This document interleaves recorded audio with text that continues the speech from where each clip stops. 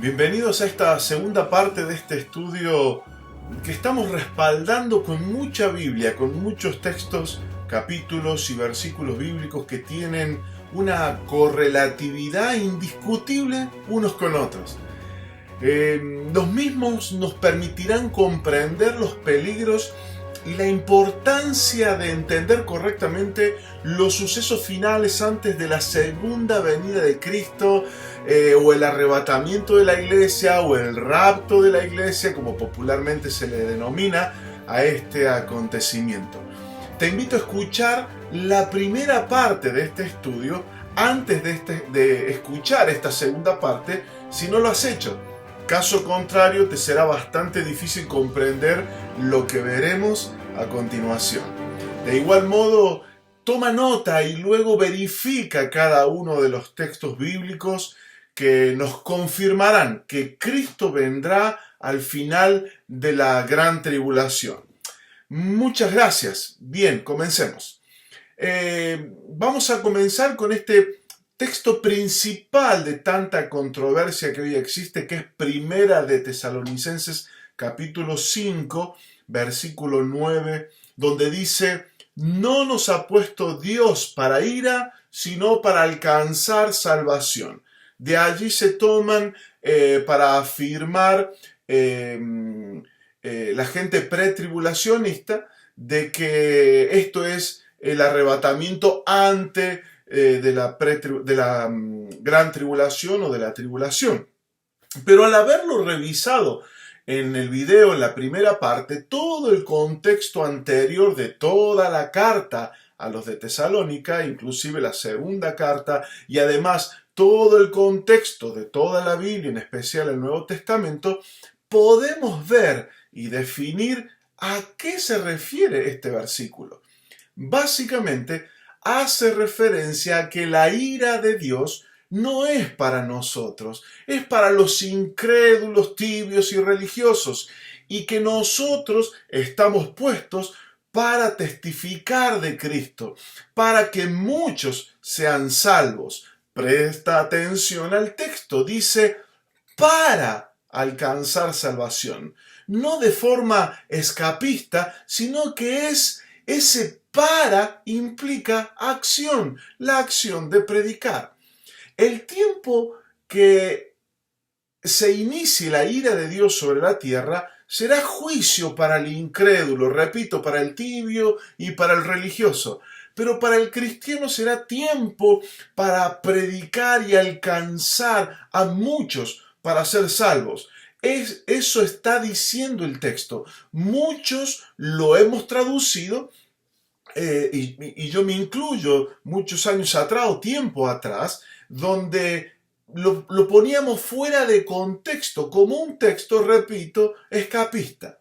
Es decir, aquí se refiere probablemente a la ira desatada por Dios que se inicia al abrir la apertura de los 7 sellos en Apocalipsis capítulo 6. Sucesos que una vez iniciados son un proceso, y preste atención, como la mujer que está por dar a luz, donde sus dolores comienzan a aumentar en frecuencia e intensidad.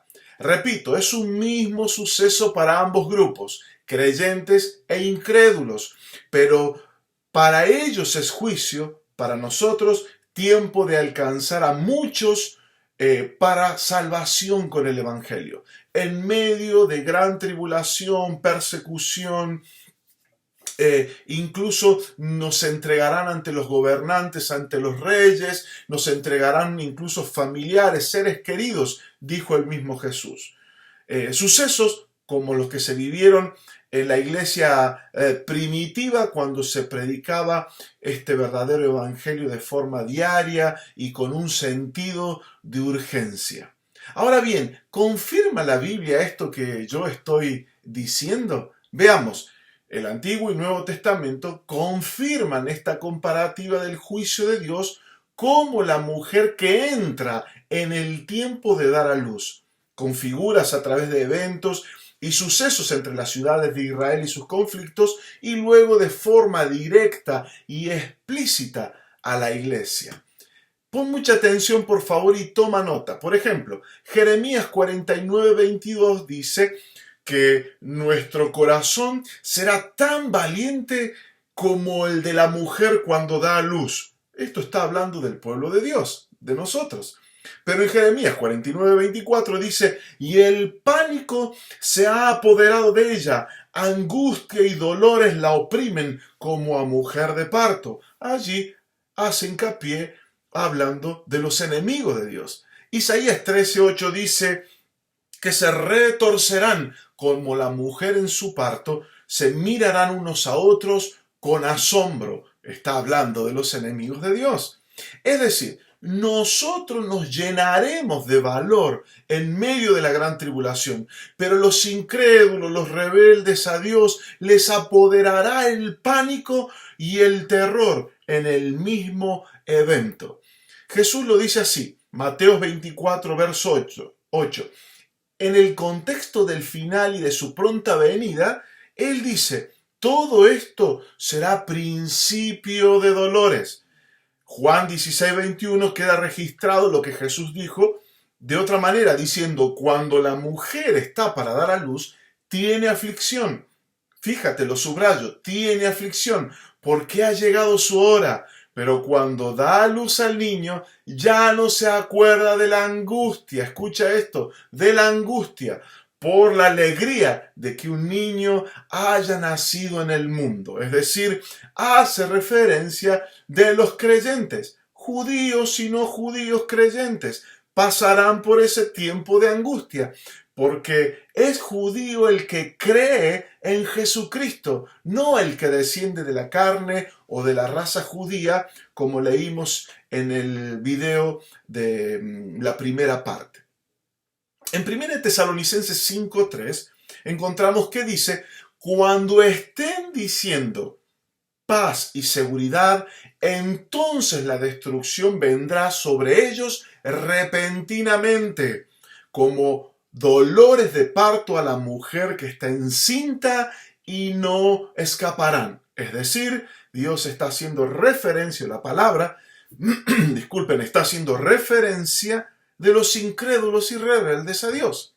Primera de Tesalonicenses 1:10 dice, y esperar de los cielos a su Hijo, al cual resucitó de los muertos, a Jesús, quien nos libra de la ira venidera.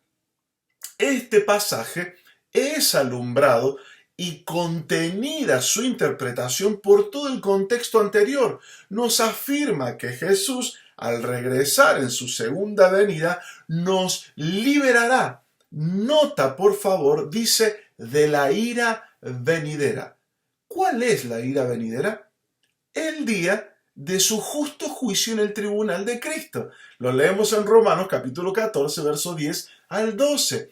Es un suceso en el siglo venidero, que comienza al arribo de Jesús en este arrebatamiento o en el rapto o en la segunda venida de Cristo. Y de hecho, casi toda la carta a los romanos lo explica como el justo juicio de Dios y su ira, la cual llegará a su clímax cuando el Padre, a través del Hijo, dictamine la sentencia eterna condenando a los incrédulos y rebeldes junto a Satanás, al anticristo y al falso profeta al infierno, momento donde sus conciencias serán su más terrible tormento por la eternidad, refiriéndome a los seres humanos. Lean por favor después las citas en Romanos capítulo 1, verso 18 al 32, Romanos capítulo 2, verso 1 al 16 y capítulo 3, verso 9 al 30. Recuerda que su ira serán sucesos dolorosos, paulatinos y que aumentarán en frecuencia e intensidad como cuando llega a la mujer el momento de su parto. El ejemplo del juicio de Dios lo podemos ver también en Egipto. Será en cierta similitud como cuando Dios envió las 10 plagas de juicio sobre Egipto. Aunque el pueblo de Dios estaba, repito, en Egipto, fue liberado y guardado hasta el final, incluso cuando pasó la misma muerte por Egipto y aniquiló a todos los primogénitos. Y aunque fue un tiempo de persecución para ellos, de angustia, les recargaron con trabajo, los persiguieron y hubo mucha tribulación, todo el pueblo de Dios vio su protección, su provisión y vio la gloria de Dios y salió en victoria. La ira de Dios, hermanos, no es tribulación o gran tribulación para los impíos. La ira de Dios es juicio en ascenso y aumento para ellos. Juicio para los que son incrédulos, rebeldes y religiosos. Les inundará un tsunami de vergüenza y confusión, deseando que la muerte los encuentre, según Daniel capítulo 12, verso 2 y Apocalipsis capítulo 9, versículo 6. Déjame darte otro ejemplo práctico que Dios quiere que veamos y entendamos. Estos días de la tribulación y la gran tribulación será como un mega incendio en un gran edificio con muchísima gente atrapada, pequeños y grandes, ricos y pobres, y también lleno de gente religiosa que se justifica día a día de sí mismo y otros según la cantidad de buenas obras que creen que han hecho. Mas nosotros, sus hijos legítimos, redimidos, seremos los bomberos en medio del edificio ardiendo. Y los incrédulos y rebeldes son las almas a punto de perderse y morir eternamente sin Dios. Estamos, mis hermanos, y estaremos allí para salvar la mayor cantidad de almas posibles, donde nuestros enemigos, como ahora, no son las personas, pues no luchamos contra carne y sangre, sino los ejércitos espirituales de Satanás y sus demonios, que harán su último intento por arrastrar almas a las eternas llamas del infierno a través de sus mentiras, manipulaciones, tentaciones y engaños. Por favor, lean luego Mateo 24, verso 4, o 1 Tesalonicenses, capítulo 3, verso 5, capítulo 5 también, del verso 1 al 24 de 1 de Tesalonicenses.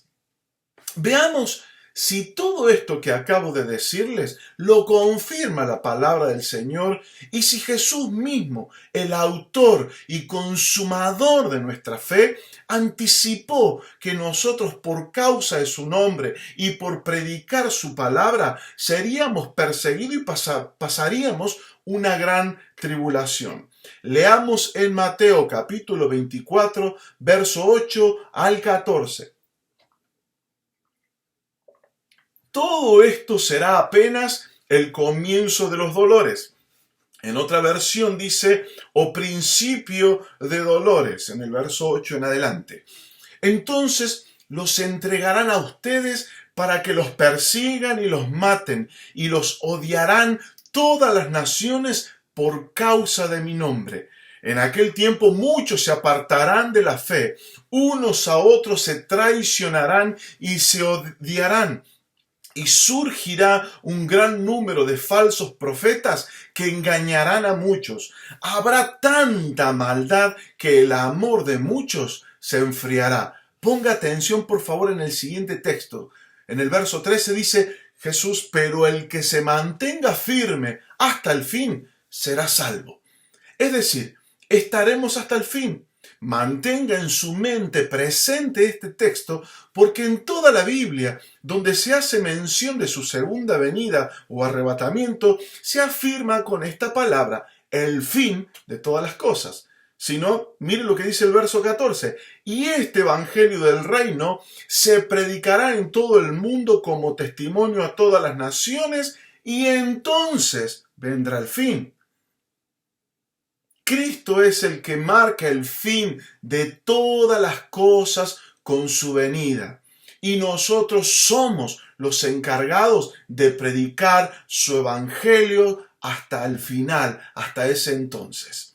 Cuando Jesús hablaba estas cosas, Él dijo algo que en Lucas capítulo 17, 33, quedó registrado. Él dijo, el que procure salvar su vida, la perderá, y el que la pierda, la salvará. Marco lo registró de esta forma, diciendo, porque el que quisiere salvar su vida, la perderá, y el que perdiere su vida por causa de mí y del Evangelio, la salvará. Marcos capítulo 8, verso 35.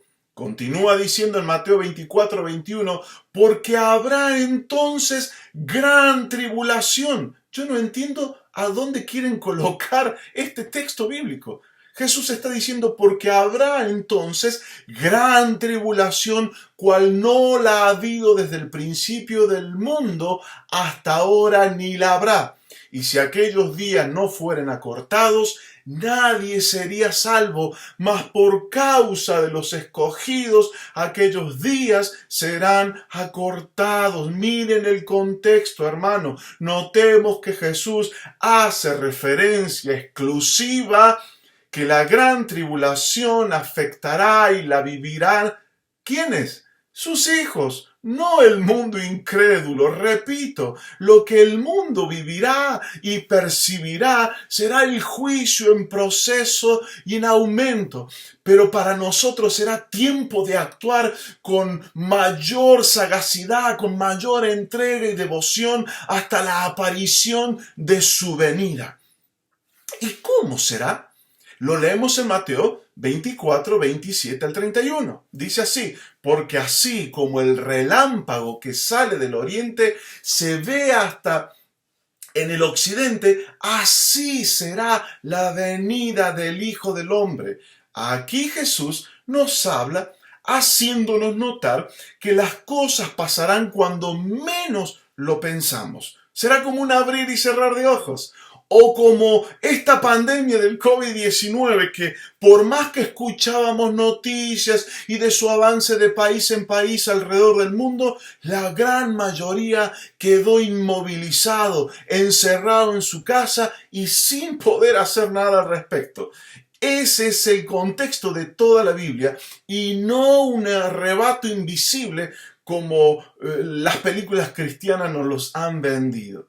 Su venida será espectacular, será paralizante y notoria para todos, como la luz de un relámpago en una oscura noche de tormenta, acompañado de la fuerza electrizante y ensordecedora de su estruendo. Así será. Lo dice Apocalipsis 1:7. Juan se le dejó ver ese instante y él escribió diciendo, él viene con las nubes y todo ojo lo verá, aún los que lo traspasaron, y todas las tribus, linajes y razas de la tierra harán lamentación por él. Sí, amén. Versículo 28 del capítulo 24 de Mateo sigue diciendo Jesús, donde esté el cadáver, allí se reunirán los buitres. Si leemos todos los pasajes, en especial los de Apocalipsis, podremos ver la cantidad de millones de muertos que irán dejando a su paso cada uno de estos acontecimientos en los juicios de Dios que van en aumento e intensidad como los dolores de una mujer que está por dar a luz. La confirmación miremos la confirmación a través de los siguientes textos. Jesús sigue diciendo en el versículo 29, inmediatamente después de la tribulación de aquellos días, se oscurecerá el sol y no brillará más la luna, las estrellas caerán del cielo y los cuerpos celestes serán sacudidos. Entonces la señal del Hijo del Hombre aparecerá en el cielo y se angustiarán todas las razas de la tierra. Verán al Hijo del Hombre venir sobre las nubes del cielo con poder y gran gloria, y al sonido de la gran trompeta mandará a sus ángeles y reunirá de los cuatro vientos a los elegidos de un extremo al otro del cielo. Ese es el arrebatamiento, esa es la segunda y única venida de nuestro Señor Jesucristo. Me encanta que uno de los versículos antes Jesús dijo allí en el verso 25, como un padre responsable con sus hijos, Él les dice, yo ya se los he dicho antes. Notemos que el Señor dice también que el día y la hora nadie lo sabe. Lo subrayo, el día y la hora. Pero a nosotros nos deja saber que los últimos 4 eventos que serán o servirán de antesala a su arribo, dice inmediatamente.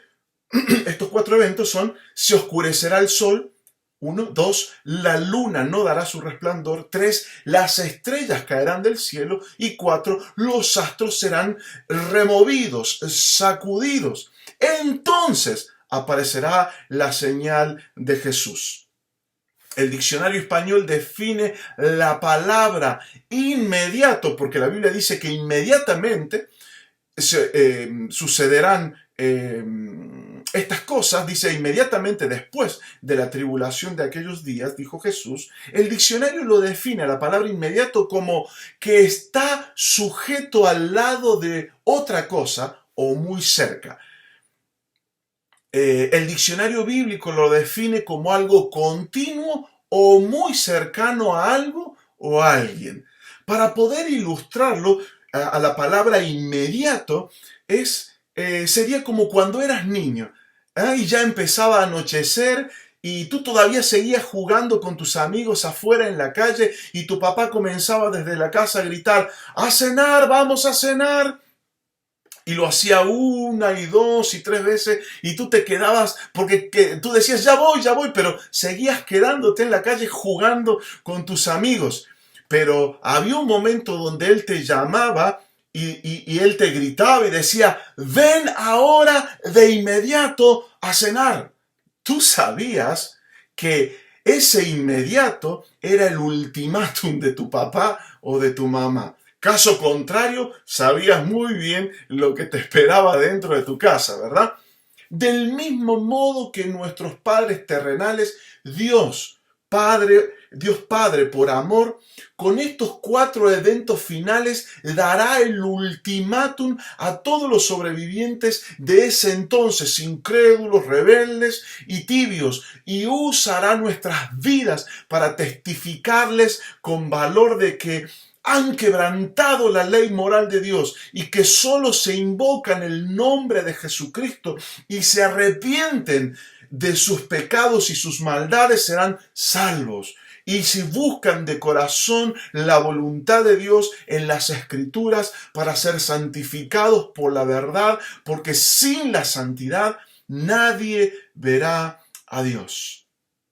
Lo leemos en Lucas para tener mayor claridad. Ponga atención, por favor, y retenga estos pasajes en su mente para que vaya comparando y viendo las similitudes a lo largo de toda la Biblia. Lucas capítulo 21, verso 25 al 28 dice: entonces habrá señales en el sol, en la luna y en las estrellas, y en la tierra angustias de la gente, confundidas a causa del bramido del mar y de las olas. Los hombres quedarán sin aliento por el temor y la expectación de las cosas que sobrevendrán en la tierra, porque las potencias de los cielos serán conmovidas. Verso 27 dice: entonces verán al Hijo del Hombre que vendrá en una nube con poder y gran gloria. Queridos hermanos, es indiscutible que el arrebatamiento, la segunda venida de Cristo, o el rapto, como comúnmente lo llama la gente,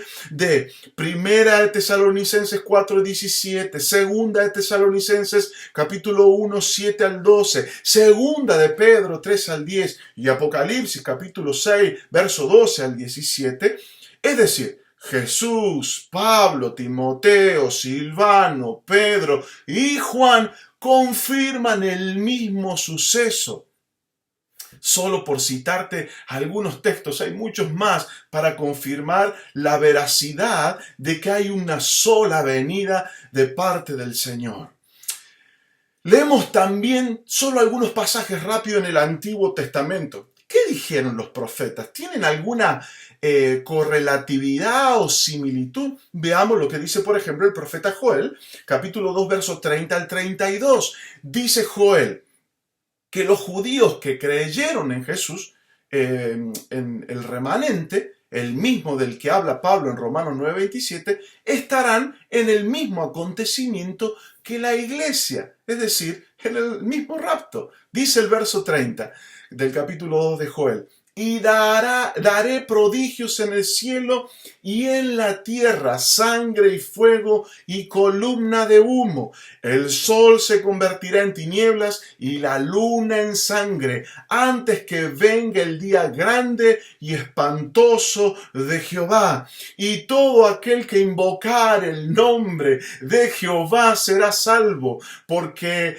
en el monte de Sión y en Jerusalén habrá salvación, como ha dicho Jehová, y entre el remanente al cual él habrá llamado. Isaías 13, versos 9 y 10 dice: he aquí el día del Señor viene, cruel, con furia y ardiente ira, para convertir en desolación la tierra y exterminar de ella a sus pecadores.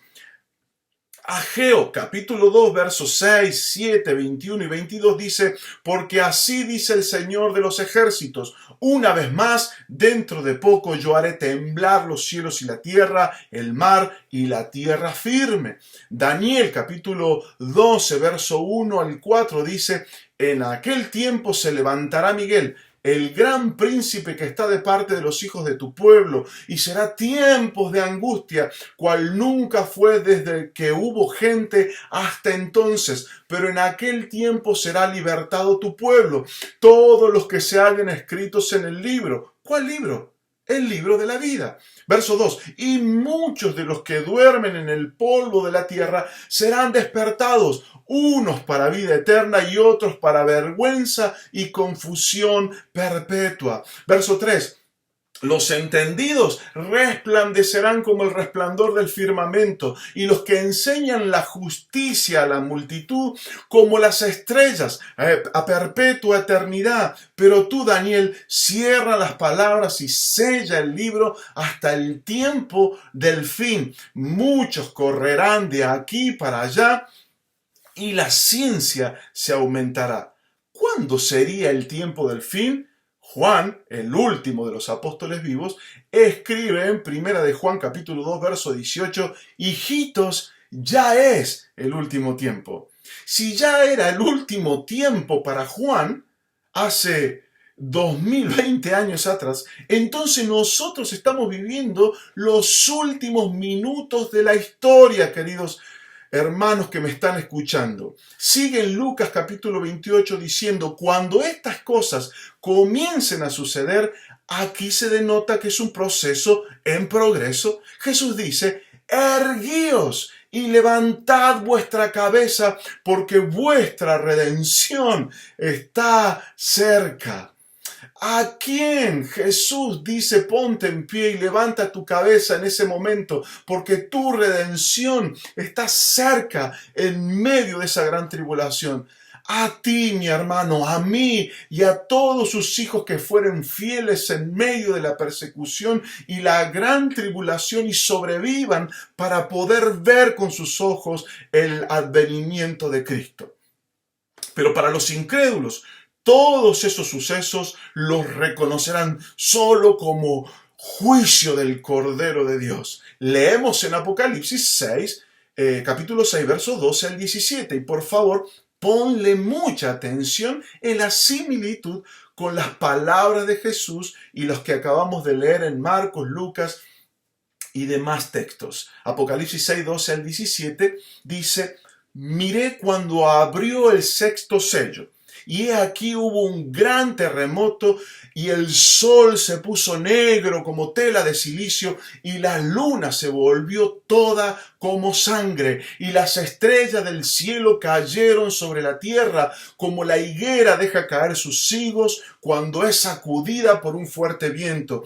Y el cielo se desvaneció como un pergamino que se enrolla, y todo monte y toda isla se removió de su lugar. Y los reyes de la tierra, y los grandes, los ricos, los capitanes, los poderosos, y todo siervo y todo libre, se escondieron en las cuevas y entre las peñas de los montes, y decían a los montes y a las peñas: caigan sobre nosotros y escóndanos del rostro de aquel que está sentado sobre el trono y de la ira del Cordero, porque el gran día de su ira ha llegado. Noten el énfasis. ¿Y quién podrá sostenerse en pie? Otro pasaje con el que muchos se confunden es Apocalipsis 3:10, que dice: yo te guardaré de la hora de la prueba que ha de venir al mundo entero. Afirman que este texto es el rapto, es para el día de su venida. La expresión guardar proviene del griego tereo y no significa raptar o sacar o liberar o quedar excluido. La etimología de la palabra es custodiar, proteger, defender, vigilar, resguardar. Es decir, Cristo nos protegerá en medio de la tribulación y la gran tribulación y nos fortalecerá para que seamos sus fieles testigos del Evangelio hasta la muerte, si así fuera necesario. Seremos los bomberos de Dios en una tierra literalmente en llamas, ardiendo.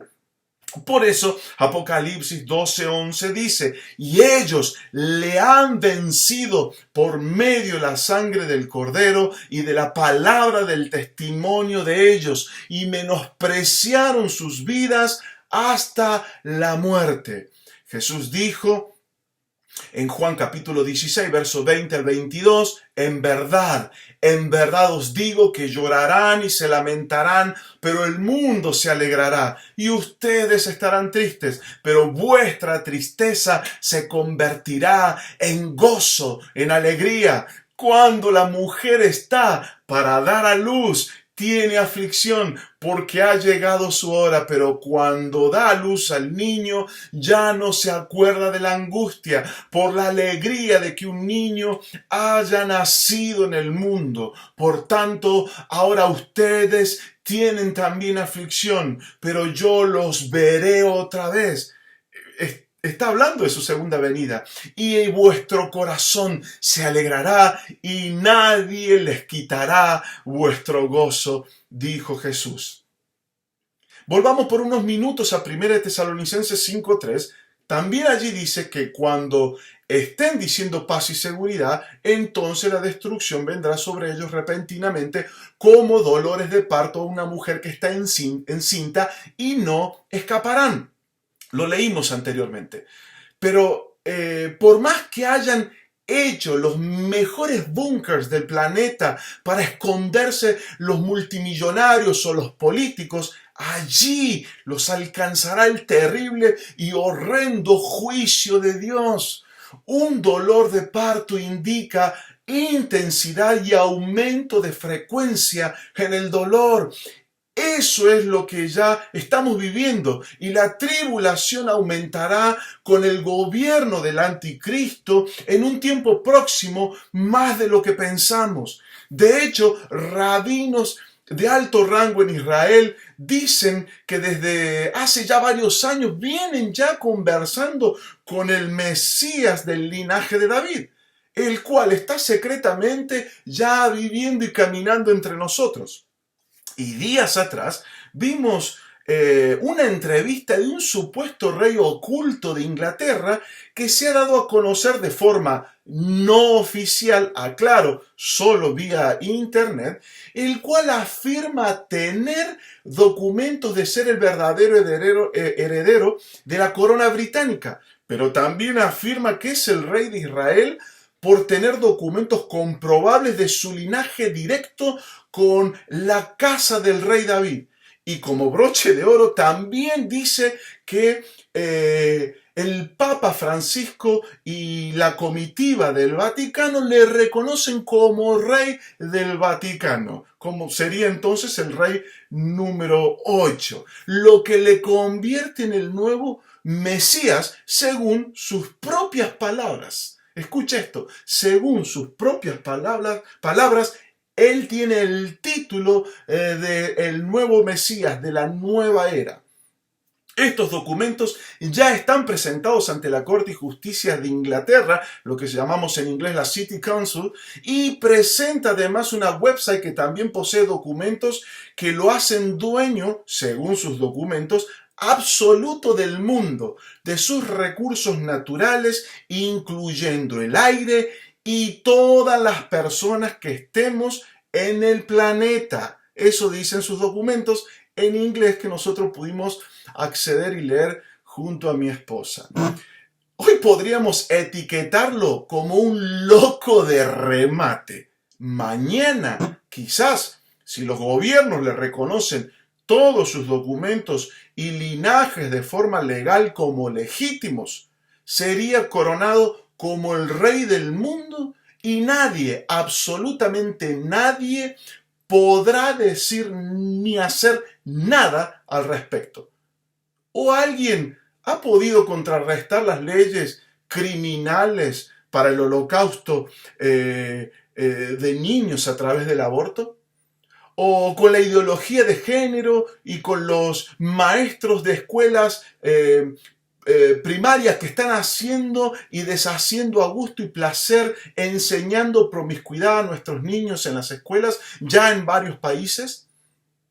¿O alguien ha podido detener la terrible injusticia de que se le den sueldos y aguinaldos a asesinos y gente que está presa, mientras que los jubilados que dejaron sus vidas para construir nuestros pueblos, nuestras naciones, hoy les están matando lentamente y sin piedad y reduciéndoles a nada sus salarios? Y en vista a legalizar también la pedofilia, como en países musulmanes. Dime, ¿hay alguien que haya podido frenar estas leyes? Dime, ¿ya tienes un plan de acción? ¿Crees poder frenarlo? Cuando este es el principal ritual satánico más practicado por los tres poderes de este planeta, me estoy refiriendo al aborto y a la pedofilia. ¿Crees que no podrían aprobarle a este sujeto y respaldar a este hombre semejante locuras? En mi opinión personal, sus argumentos para cada cosa que reclama, wow, son casi perfectos. Desde un punto de vista, por supuesto, profético y para un mundo ciego, y en relación a las políticas internacionales, sería casi, podríamos decir, el candidato ideal para ser el anticristo. ¿No lo advierten los profetas Jesús y los apóstoles? Preguntado de otra forma, ¿confirma la Biblia que no solo viviremos la gran tribulación, sino que además veremos al anticristo en persona antes de su venida? Segunda de Tesalonicenses, capítulo 2, verso 1 al 3 dice: pero con respecto a la venida de nuestro Señor Jesucristo y nuestra reunión con Él, os rogamos, hermanos, que no se dejen mover fácilmente de vuestro modo de pensar, ni se perturben ni por espíritu, ni por palabra, ni por carta como si fuera nuestra, en el sentido de que el día del Señor está cerca. Nadie os engañe en ninguna manera, porque no vendrá, hablando de Cristo, sin que antes venga la apostasía, es decir, la rebelión total contra la verdad de la palabra de Dios, sumado a gran indiferencia e indolencia, ¿sí? Y se manifieste, continúa el verso 3, y se manifieste el hombre de pecado, el hijo de perdición. Verso 4 dice: el cual se opone y se levanta contra todo lo que lleve el nombre de Dios, Jesús, o es objeto de adoración y culto, tanto que se siente en el templo de Dios como Dios, haciéndose pasar por Dios hasta el punto de adueñarse del templo de Dios y pretender ser Dios. Una vez que asuma visiblemente el hijo de perdición, es decir, el anticristo, comenzarán los grandes cambios de leyes a nivel mundial, según Daniel capítulo 7, verso 25, e irá en contra de los cristianos y las iglesias. Esa es la finalidad principal del anticristo. No la gente incrédula, no la gente idólatra o religiosa o tibia. Su foco principal será la iglesia, los verdaderos cristianos, contra ellos y las iglesias. Ahora, ¿te suena algo a que pueda estar pasando en esta cuarentena? Al punto que no podremos adorar ni predicar la palabra con libertad de culto como hasta antes de la cuarentena, incluso en los países protestantes o católicos con libertad de culto. El gobierno del anticristo viene disfrazado de un nuevo orden mundial basado en el control y el totalitarismo. Pero ya daré más detalles en otro video. Hermanos, ya tenemos dolores de parto. ¿No te duele el horrendo holocausto del aborto, donde millones de bebés inocentes anualmente son cruelmente quemados o cortados vivos en el vientre de sus mamás por su propia decisión y consentimiento? Ni siquiera una mamá en el reino animal está dispuesta a sacrificar a sus hijos como lo estamos viendo hoy entre los seres humanos. Sumale al abuso y el tráfico infantil, el tráfico de órganos, el cambio de género, la promiscuidad al aire libre y sin descaro, el libertinaje sexual, ahora el transgénero, y ya no es suficiente, por lo que le incorporan a su inmoralidad ahora además a ser transespecie, es decir, tomar forma de animales, pero a lo que los supuestos profesionales hoy le denominan identidad posmoderna. Por favor, hermanos, la atrocidad de la pedofilia, es decir, será legal en algún momento traumar de por vida y salvajemente a los niños de forma sexual cuantas veces se les dé la gana, porque los abogados y fiscales ya apelan en defensa del violador como desahogo sexual. Y el abuso de poder, el descaro de los políticos, parlamentarios, jueces, abogados y quienes dictaminan las leyes en nuestros países están destruyendo la vida como la conocíamos. Están desintegrando las normas de convivencia, las normas morales, las comunidades, las naciones, la familia y la iglesia.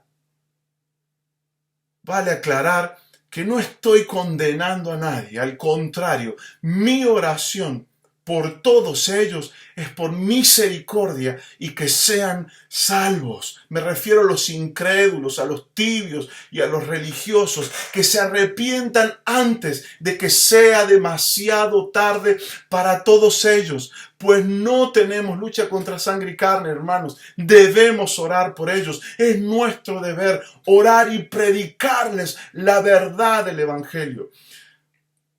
Pero al mundo lo están llevando a esta vieja proclama, a la era de Acuario, a la nueva era, que no es más que la era del anticristo. Creo que todo esto, aunque doloroso, casi que es nada en comparación a lo que se viene según los pasajes de la Biblia que hemos leído anteriormente. Pero en todas estas cosas dice la Biblia que con Dios somos más que vencedores. Segunda de Tesalonicenses 2:8 nos dice: y entonces se manifestará aquel inicuo a quien el Señor matará con el espíritu de su boca y destruirá con el resplandor de su venida. Aleluya. No dice que llevará unos y luego volverá después por otros o por los judíos, ni mucho menos que empezará un milenio, ni nada por el estilo. Ya hablaremos el tema del milenio en otro video.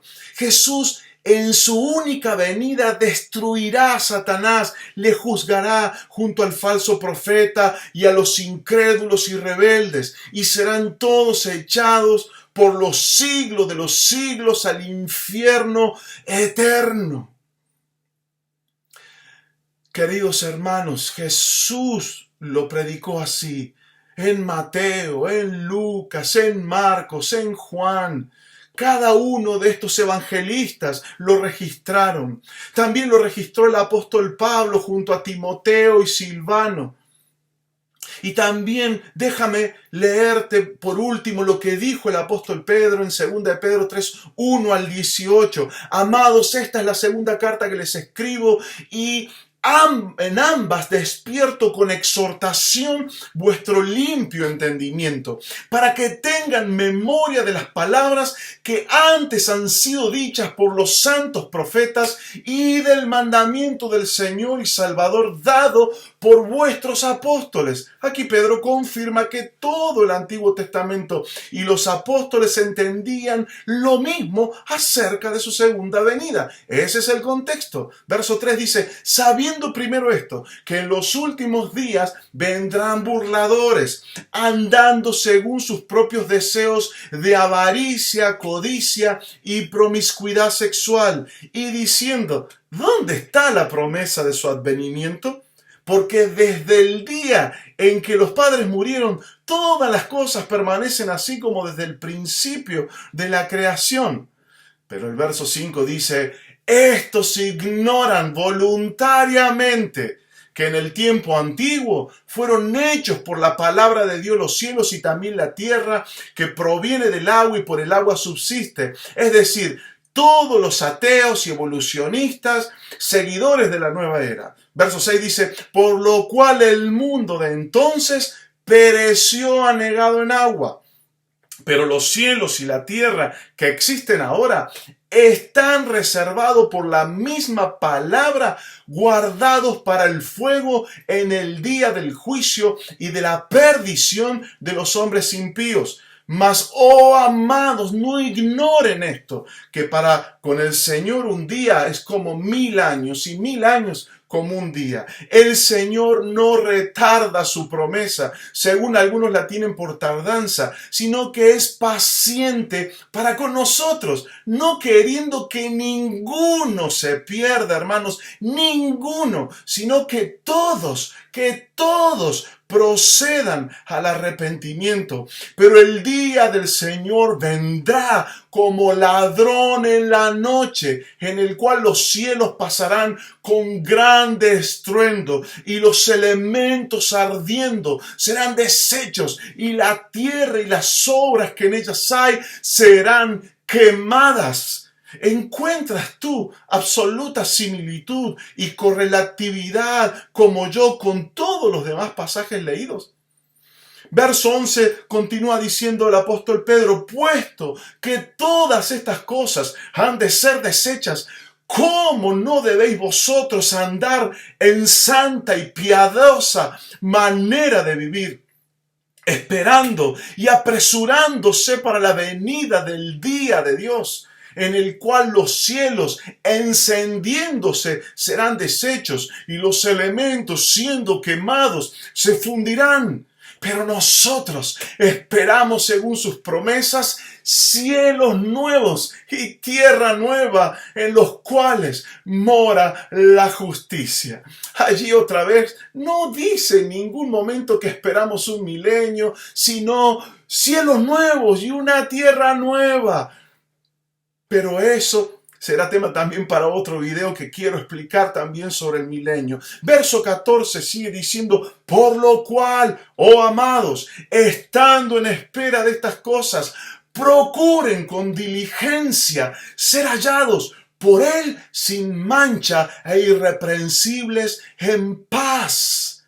Verso 15 dice, y tened entendido que la paciencia de nuestro Señor es para salvación, como también nuestro amado hermano Pablo, según la sabiduría que le ha sido dada, os ha escrito, casi en todas sus epístolas, hablando en ella de estas cosas, entre las cuales hay algunas difíciles de entender, las cuales los indoctos e inconstantes tuercen, como también las otras escrituras, para su propia perdición. Así que vosotros, oh amados, sabiéndolo de antemano, guárdense, no sea que arrastrados por el error de los inicuos, caigan de vuestra firmeza. El versículo 18 que leeremos nos dice qué debemos hacer en estos tiempos, aparte de orar y predicarle a todos. Dice así el verso 18: antes bien, crezcan en la gracia y el conocimiento de nuestro Señor y Salvador Jesucristo. A Él sea gloria ahora y hasta el día de la eternidad. Amén.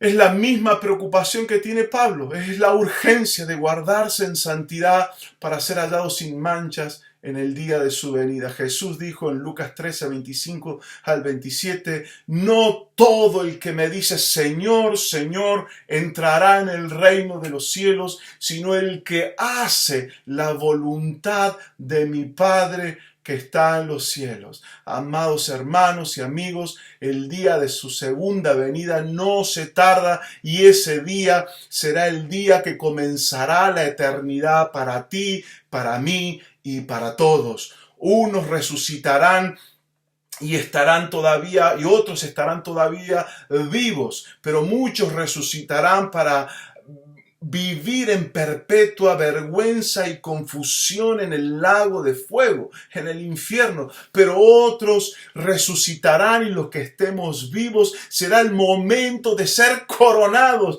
y de recibir el regalo más precioso, la vida eterna en Cristo Jesús. Por eso quiero alentarte con estas palabras.